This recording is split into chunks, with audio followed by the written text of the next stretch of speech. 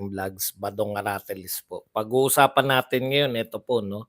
Sumagot na po si VP Sara Duterte sa budget interview. Sa budget interview po ng ating First Lady Lisa Araneta Marcos. Yan. At maganda po ang kanyang sinagot. Pag-uusapan rin po natin, ito pong siyempre, kaugnay po nung budget interview na yan, alam niyo naman, maraming fans club, marami po bigla ang nanawagan na mag-resign na si VP Sara Duterte, no? Pero siyempre, sasagutin din po natin lahat yan. Pag-uusapan din po natin, ito pong yung tila ayaw na pong sagutin, no? Hindi po tayo papayag kasi ilang araw po ninyong pinagpiestahan yung aming Pangulong dating Pangulong Rodrigo Roa Duterte. Ilang araw po ninyong pinagpiestahan diyan po sa secret deal na yan, agreement. Ngayon po, naghanap pa rin po kami ng kasagutan. Ano po yung pinasok ninyo, Mr. President, na New Deal with China? Tayo ba ay lugi dito? Aba, bakit hindi po namin alam kung ano po ang nilalaman niyang New Deal na yan? Ato po bang mga nagaganap ngayon na pambobomba sa atin dahilan niyang New Deal na yan?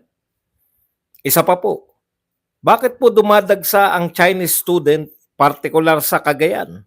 Dapat ba kaming kabahan, Mr. President? Bakit po ito napapayagan? Kala nyo kayo naman po ang mga dapat magpaliwanag. Yan po mga pag-uusapan natin. Pero bago yan, kung bago ka pa lang dito sa ating channel, mag-subscribe ka na. Dahil ito lang ang tanging channel na may kinikilingan, may pinapanigan, una sa balita, huli sa impormasyon, kaya ano pang hinihintay nyo? Pindot na, okay. Uunahan ko na po yung mga mahilig mag-akusa na pagka-question po ang Pangulo at ang pag naging kritiko po ng Pangulo o ng pamahalaan, pro-China. Kinukundin ako po ang ginagawa ng China na mga pambobomba. Siguro naman walang pro-China na kumukundi na sa pambobomba ng China dyan sa West Philippine Sea. Para malinaw lang po Kasi mahirap na, maririnig ko na pro-China ka kasi. Kinukundin ako po. Okay. Okay. Punta na po tayo rito sa balita, no? Ang ganda po ng pahayag ni balikan lang po natin. Meron pong interview, no? Yung First Lady kamakailan lang kay Anthony Taberna. Ito po sinasabi po ng interview na to, nagpaliwanag po sila kung bakit wala nga magpapaliwanag. Mamaya na po, sasagutin natin lahat yan. Bakit kinakailangan daw magpaliwanag? Di ba? Okay. Makinig ka, sana nagtanong hanggang mamaya. Pag sinagot ko na yung mga katanungan nyo, sana nariyan pa kayo. Baka kasi, okay, isa-isahin po natin. In-interview po si First Lady. At ang pinakalaman po ng interview, yung natandaan po ng mga tao, ay yung bakit po niya ini-snub o bakit po ganun ang pakikitungo niya kay Sara Duterte. No? Dahil si Sara Duterte daw, bilang Vice President, ay nakita niya na ngumingiti o tumatawa habang sinasabi ng doon sa rally, hindi po tinukoy, di ba? Sinabi lang, habang sinasabihan na bangag ang kanyang asawa, ay bigla raw pumunta yung camera at hindi niya raw matatanggap. Bad shot ka na.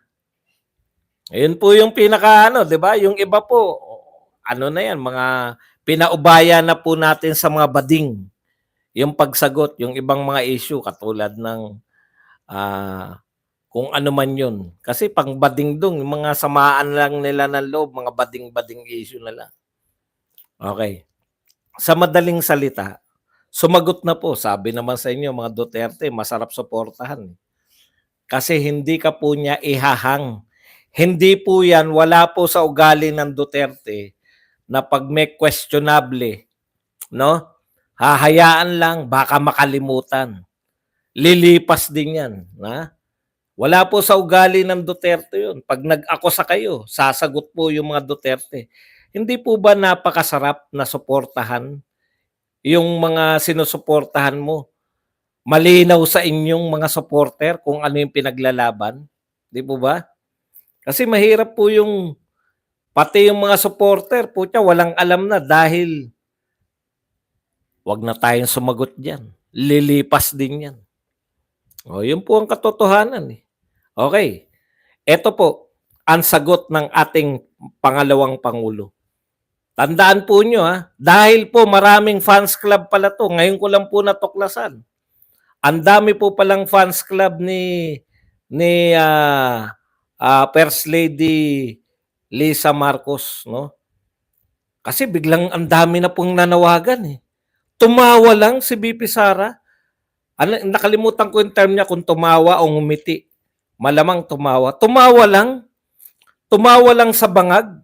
Kung totoo yun na tumawa talaga sa bangag, tumawa lang sa bangag, pinagre-resign na po ng mga fans club. Bigla po nanawagan ang lahat ng mga mag-resign na si Sara Duterte at inungkat na naman po yung mga walang katuturan, no? Na hindi qualified si Sara Duterte. Sa biglang tingin, parang totoo po yung panawagan nila, no? Sa biglang tingin, pwede naman dalawang beses tumingin. Pwede naman pong hindi biglang tumingin. Pwede naman pong pag tumingin ka, suriin mo. Sa biglang tingin, sasabihin na wala siyang background sa education. Aba, dapat kang wala ka sa DepEd. Wala ka palang background sa education. Pero nakakalimutan natin, abogado yung Vice President. At nakakalimutan po natin, sus, mag-resign na raw.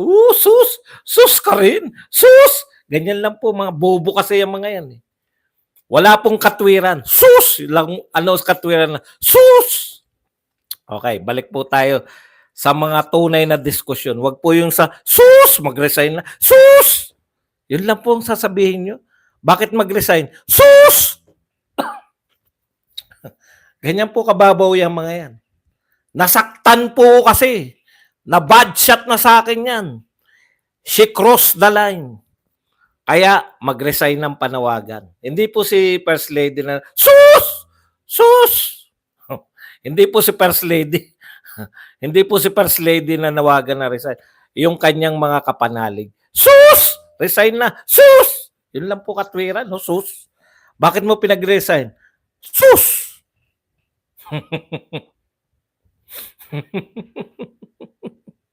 Okay. Ito po, 'di ba? Tama naman 'yon, hindi naman education. Pero abogado siya. Hindi ba abogado si Sara Duterte? Maalam siya sa batas. Ikalawa, Vice President siya ng Pilipinas. In fact, mas mataas pa yung boto niya kaysa sa presidente. Nilalatagan ko lang kayo. O sige, ayaw nyo po sa DepEd. Pagbigyan natin, lahat pagbibigyan ko ngayon. Lahat ng gusto nila pagbibigyan natin. O sige, hindi siya qualified, hindi siya educator. Di tanggalin nyo sa DepEd at ilagay nyo sa DND. Ano po yung DND? Department of National Defense. Aba, bakit mo ilalagay doon ba doon? Qualified siya ron. Bakit siya naging qualified? Kasi po, siya ay reserve officer ng Armed Forces of the Philippines.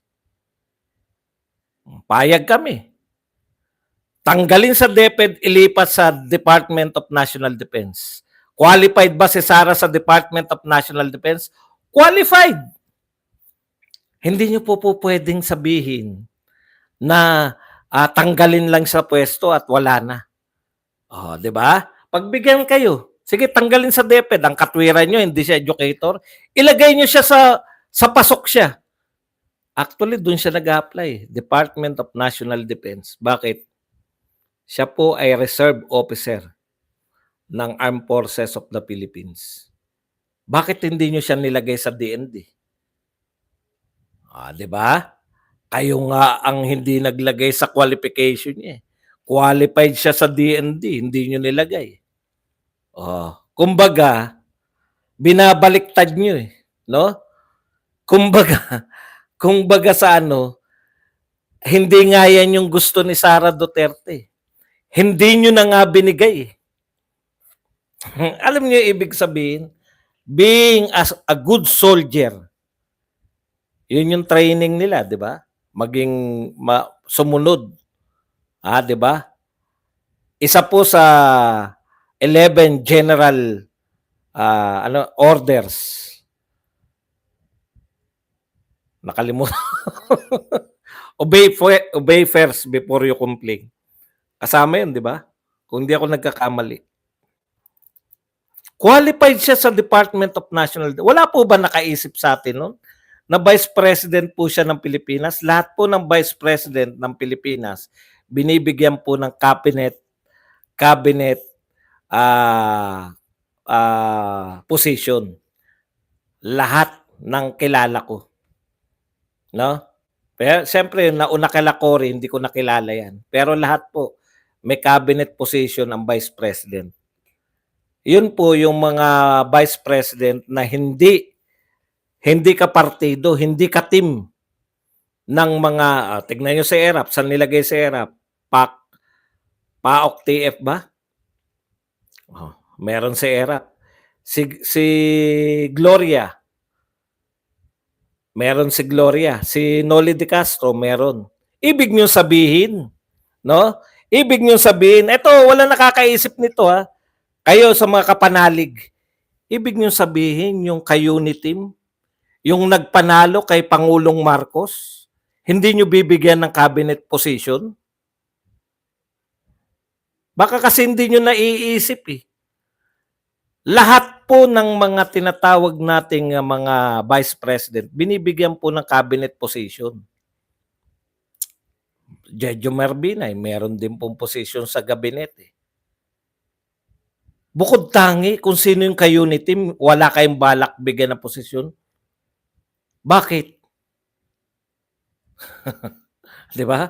Bakit hindi nyo bibigyan? Siya nga nagpanalo kay... Opo, siya po ang nagpanalo kay Pangulong Marcos.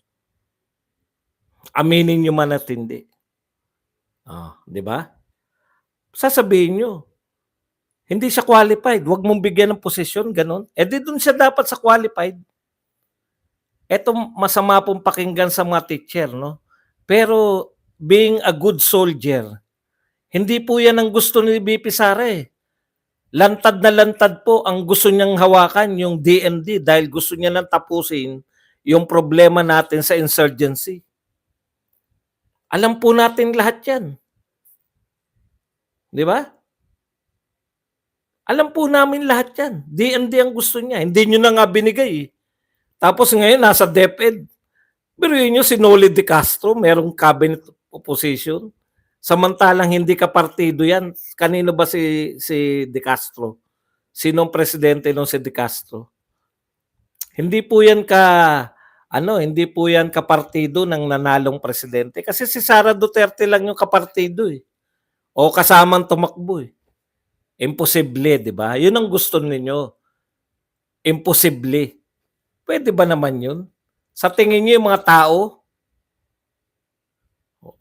hindi papalag? Bakit nyo tatanggalin yan? Mas mataas pa nga boto sa inyo yan. Bakit nyo pinagre-resign? Kayo mag-resign. Ay, o nga pala, yung mga nananawagan, wala nga palang posisyon. Mga amuyong lang pala yung mga yun. Kapartido ba ni GMA si Noli De Castro? Hindi po. Ang Vice President ni GMA si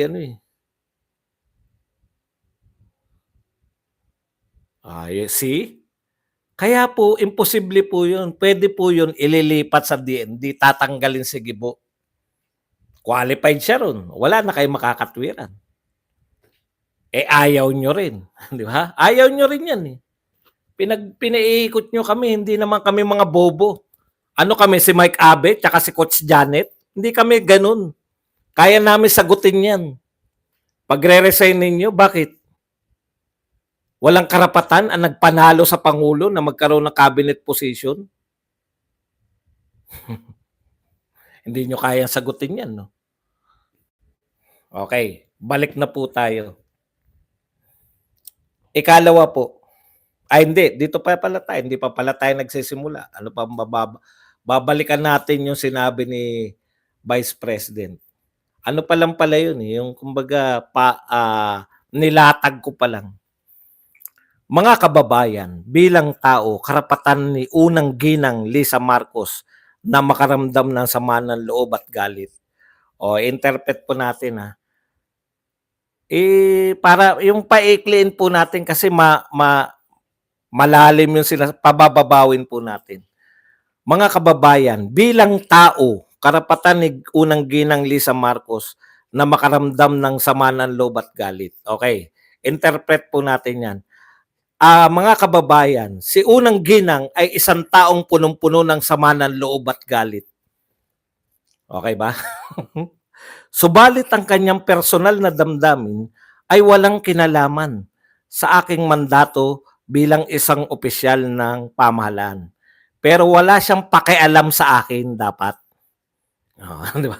Ini-interpret ko po ako po interpreter. May ang tawag diyan, angry interpreter, no? Masama, galit, ganito po ang interpretation niyan.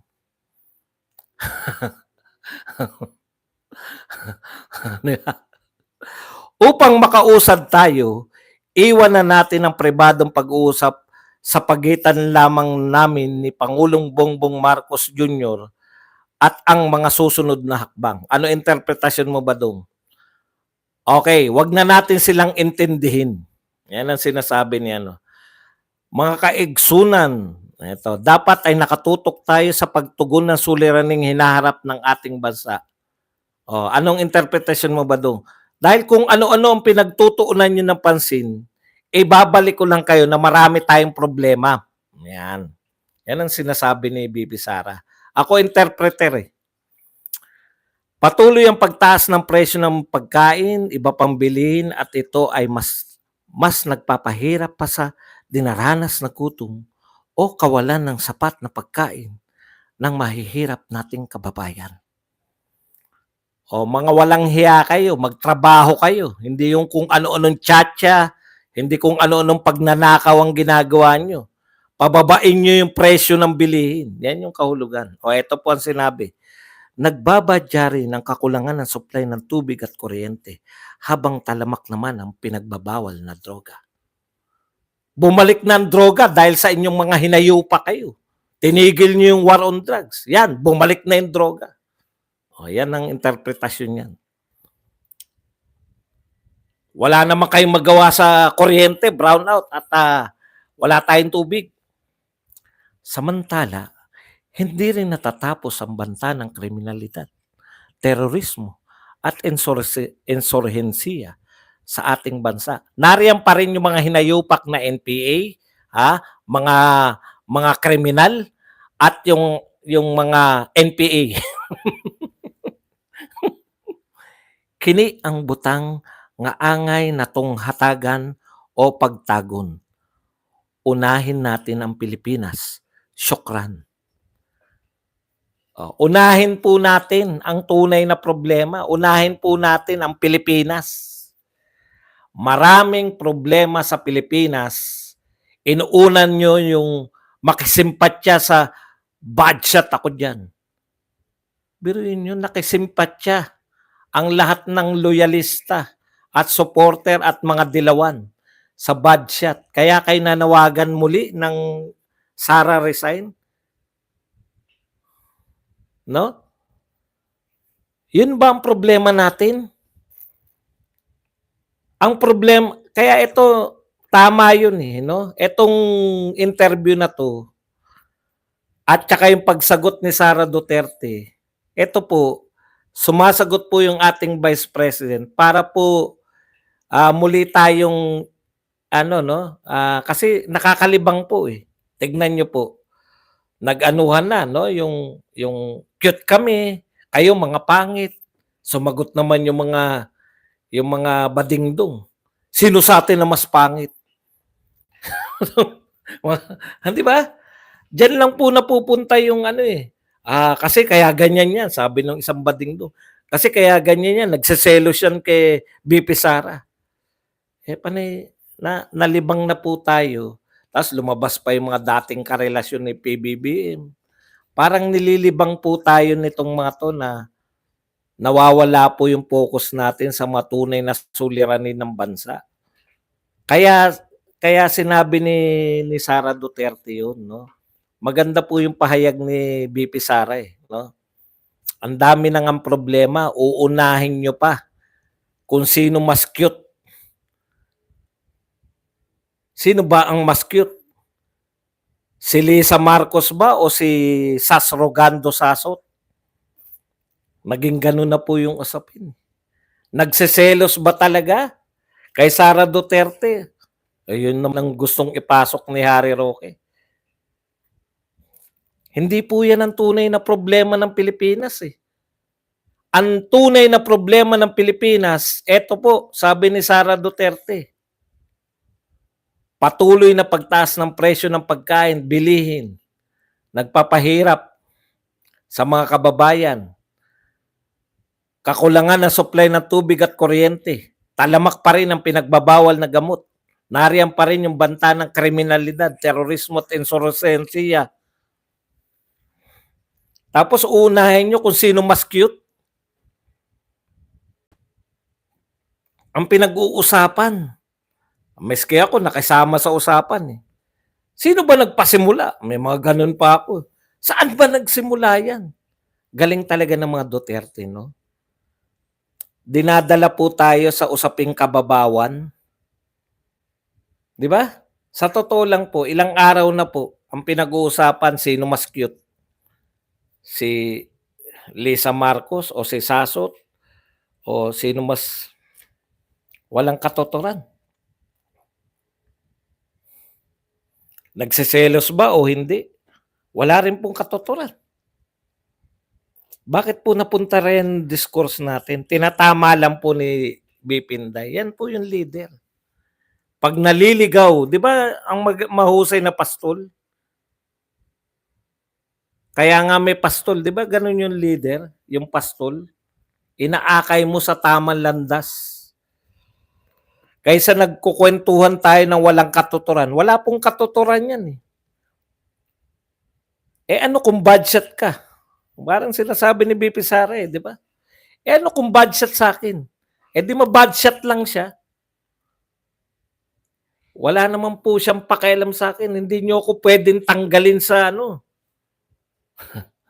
Sa totoo lang po, minsan gusto na nga natin, di ba? Tayo sa totoo lang. Yung mga supporter ni Pangulong Duterte. Gusto na natin tanggalin nila, eh. Ano kaya mangyayari sa kanila? Siyempre, kasama na si Sara Duterte sa Maisog Rally.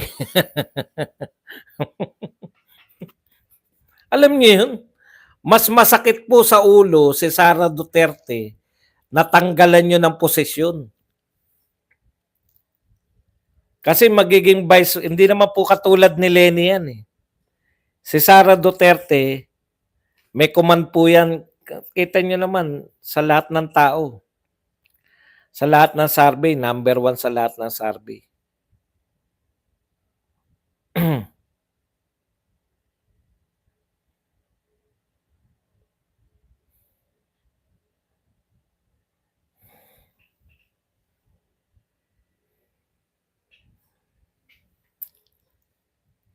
Patabilyo, hindi ka naman taga-DepEd.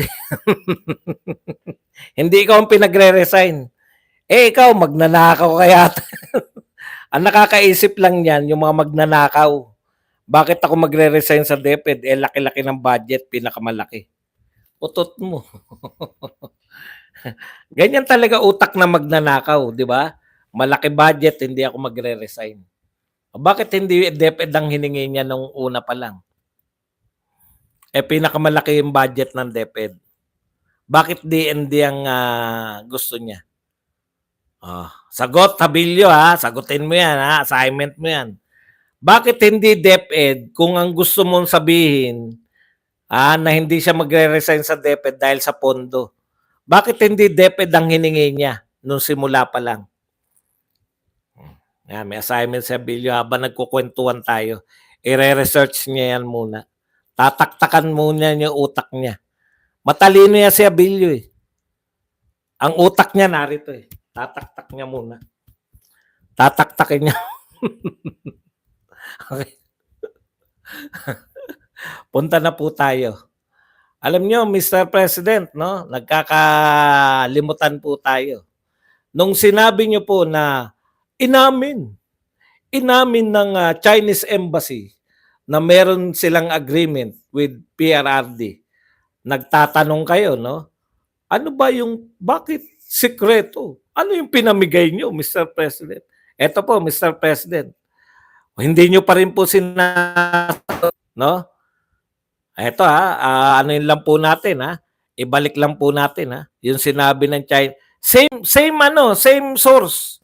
Alangan namang iba pa ikot natin. Ang kinukot nyo po, kaya kayo naniniwala na merong agreement, yung Chinese Embassy. Eh di ikukot din namin. Kasi para fair, di ba? Hindi po pwedeng ikukot nyo lang tapos hindi nyo na paniniwalaan. Okay, the gentleman's agreement the Duterte administration has entered into with China has nothing to do with, ayan. According to spokesperson of the embassy, the reported agreement on BRP Sierra Madre at the Ayungin Shoal, which China calls Renai Jiao, is about managing the situation on the ground, maintaining peace and preventing conflict, and unrelated to the country's sovereign rights over the resource-rich water. Ayan. Sinasabi naman niya, Bongbong Marcos last week questioned this predecessor former President Rodrigo Duterte as to what compromised the secret agreement. Di ba? Sabi niya. Okay. He said he had 3 questions regarding the supposed agreement. Is there such an agreement? What was contained in it? And why it was made secret? Sagot po ng Chinese Embassy. The agreement is no secret in the relevant departments and agencies of our two sides had worked under its guidance effectively maintaining. Since the current Philippine administration took office, the Chinese side has repeatedly briefed this administration. Mr. President, brief po kayo. No? Bakit po hindi nyo alam na may agreement? Pwede na po namin palampasin 'to eh. Kaya lang sobra-sobra po yung panghahamak ninyo. Sobra-sobra po yung mga supporter ninyo na nagsabing traidor si Duterte. Ano 'yan? Matapos na sabihan traidor, matapos palabasin traidor si Duterte nung sinabi ng Chinese Embassy rin po yung kinot niyo eh, na umamin na may agreement eh. Ngayon, hindi nyo po sinasagot. Alam nyo po pala na may agreement. Bakit nyo po sinabi na sekreto? Na hindi nyo alam? Nakakalito po yan. Pinapahayag ninyo na hindi nyo alam. Quoting Chinese Embassy. Ngayon, Chinese Embassy nagsasabi, alam ninyo. Tapos mananahimik po tayo, Mr. President. Sino po sa inyo ng Chinese Embassy? Kinote nyo sila eh. Ikalawa, ano po yung New Deal? Ayan, no? Sinabi, The spokesperson also said the envoy of the president to China for several concerns of the Philippines was invited to Beijing in September last year, wherein they had an internal understanding of situation and later resulted to a new model for the management of Ayungin Shoal. Kayo pala yung may new model na hindi namin alam. Ano po yung new model? Ipaalam nyo po sa tao. Yan yung gusto nyo sabihin kay Duterte, di ba? Bakit hindi pinapaalam? Ipaalam nyo po kung ano yung new model. Tatahimik lang tayo, Mr. President. Hindi nyo po ipapaliwanag. Hindi nyo po sasabihin na sinungaling yung China. Precisely yun po yung sinasabi ko nung una pa, Mr. President. Bakit po tayo naniniwala sa China? Di ba? Pagpabor sa kwento nyo na masiraan yung Duterte, paniwalaan natin yung China. Pag hindi pabor, tumahimik muna tayo. Tahimik na lang. Same embassy, Chinese embassy. Nagsabi na alam ninyo yung binibriefing kayo. Same embassy, yung sinabihan nyo na may secret deal daw. Sinasabi ng same embassy na hindi yung secret, alam ninyo. Ngayon, nagsasabi yung same embassy na meron kayong new model. Alam ko pong karapatan ninyo. Alam kong karapatan po ninyo o meron kayong kapangyarihan na makipag-deal. Hindi ba ganun din si Duterte? Meron din siyang kapangyarihan makipag-deal. Kaya lang, minamasama ninyo eh. Pinasasamahan nyo eh. Ayoko pong pasamain yung New Deal. Wala po akong kapangyarihan naman talaga ng presidente makipag-deal eh. Bakit po parang pinasasamahan ninyo yung deal ni Pangulong Duterte? May deal din naman pala kayo. Thank you very much kay PBS Sagun sa $10 na pangkape. Ito po bago. Nanunood ako ng TV Patrol. Dahil din dyan sa pagdagsa ng Chinese, gulat na gulatan lahat eh. Paimbestigahan pa. Chinese! Naku, dami ng Chinese sa Cagayan. Naku, sabi pa nung mahusay na coach, na-invade na raw yung Pilipinas sa Cagayan. Na-invade na raw ng mga Chinese. Sinabi ng TV Patrol, inimbitahan ninyo yung mga estudyante ng Incheck nung kayo ay pumunta sa China na mag-aral dito. Hindi po SME na yan. Hindi po mga vlogger na nagbalita. TV Patrol! Bakit niyo po inimbitahan? Hindi ba sabi ng mga kapanalig nyo? Baka espiya ng China yan. Kayo pala nag-imbita. Sabi ko nga may legal basis siya. Pwede ba tayo pumunta rito yung mga Chinese na wala silang kaalam-alam? Yung pala pumirma pala si Pangulong Marcos, kasunduan kay Xi Jinping sa China para pumasok dito yung mga Chinese. Tapos ang unang umaangal, yung mga kapanalig ninyo. Nak ng tinapay na gobyerno ito, oo. Aangal yung mga kapanalig. China. Nariyan na ang China sa Cagayan. Yung pala, sabi ng TV Patrol. Isa raw yun sa mga pinirma ni Pangulong Marcos. Pinapayagan yung mga Chinese student na pumasok. Sabi ko, mukha ko po to. Gusto nyo ba ng kapalit? Mukha ko.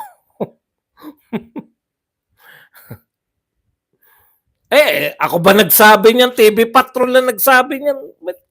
Kahit po umangal kayo sa akin, hindi ko po alam yan. Wala po ako dun.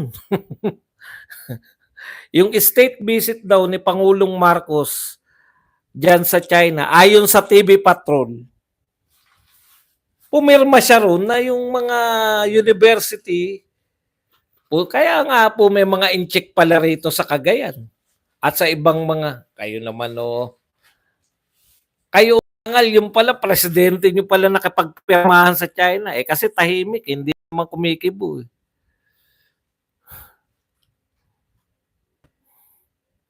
Wala naman palang problema.